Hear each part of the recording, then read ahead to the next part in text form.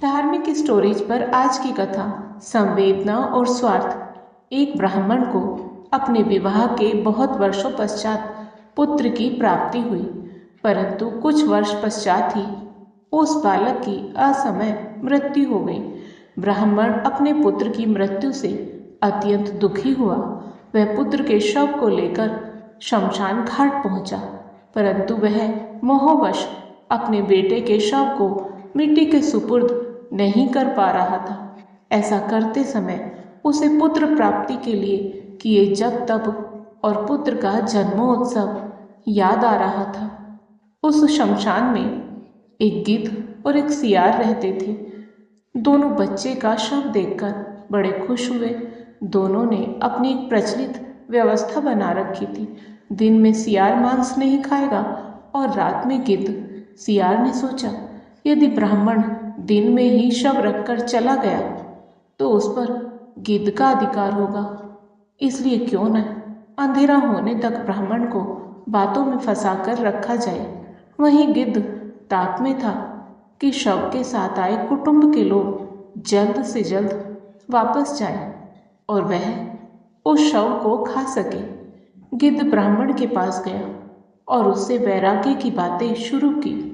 गिद्ध ने कहा, हे मनुष्यों, आपके दुख का कारण यह मोह माया ही है।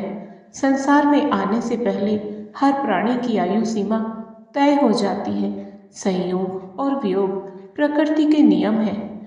आप अपने पुत्र को वापस नहीं ले जा सकते, क्योंकि यह मृत्यु को प्राप्त हो चुका है, और जो मृत्यु को प्राप्त हो जाता है उसका किसी भी जीवित मनुष्य से कोई संबंध नहीं रह जाता है, और मिट्टी से बना शरीर मिट्टी में मिल जाता है। यही सृष्टि का नियम है। इसलिए शोक त्याग कर प्रस्थान करें। संध्या होने वाली है। संध्या काल में शमशान प्राणियों के लिए भयदायक होता है, इसलिए शीघ्र प्रस्थान करना उचित है। गिद्ध की बातें ब्राह्मण के साथ आए रिश्तेदारों को बहुत प्रिय लगी। वे ब्राह्मण से बोले, बालक के जीवित होने की आशा नहीं है, इसलिए यहाँ रुकने का क्या लाभ। सियार सब सुन रहा था। उसे गिद्ध की चाल सफल होती दिखी तो भागकर ब्राह्मण के पास आया। सियार कहने लगा, बड़े निर्दयी हो।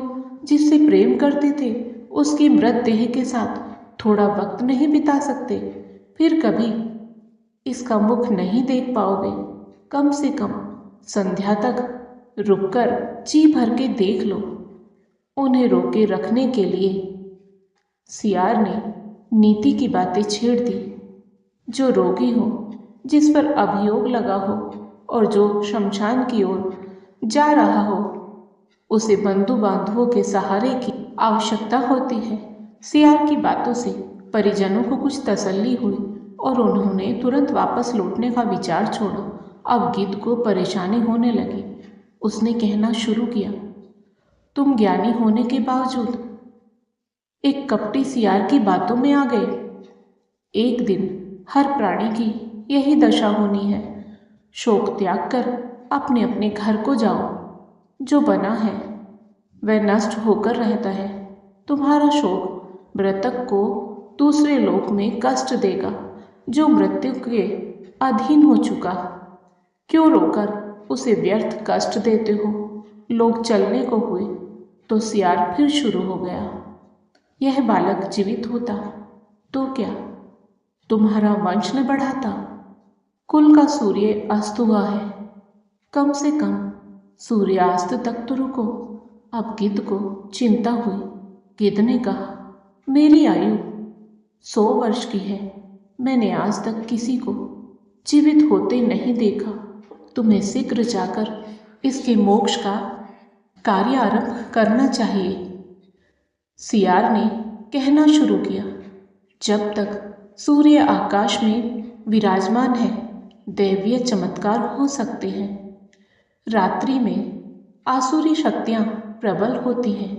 मेरा सुझाव है, थोड़ी प्रतीक्षा कर लेनी चाहिए। सियार और गिद्ध की चालाकी में फंसा ब्राह्मण परिवार तय नहीं कर पा रहा था कि क्या करना चाहिए। अंततः पिता ने बेटे का सिर गोद में रखा और जोर जोर से विलाप करने लगा। उसके विलाप से शमशान कांपने लगा। तभी संध्या भ्रमण पर निकले महादेव पार्वती वहां पहुंचे। पार्वती जी ने बिलखते परिजनों को देखा तो दुखी हो गई।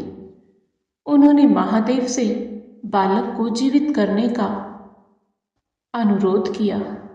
महादेव प्रकट हुए और उन्होंने बालक को 100 वर्ष की आयु दे दी।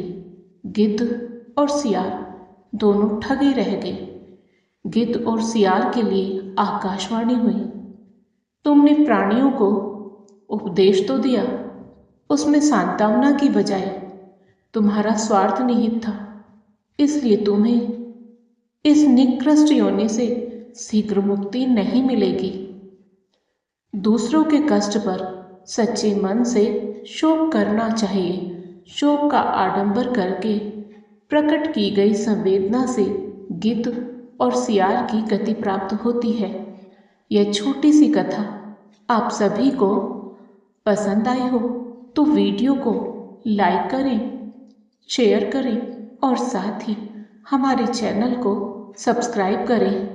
बेल आइकन को प्रेस करके ऑल बटन पर क्लिक करें। राधे राधे प्यारे भक्तों, हर हर महादेव।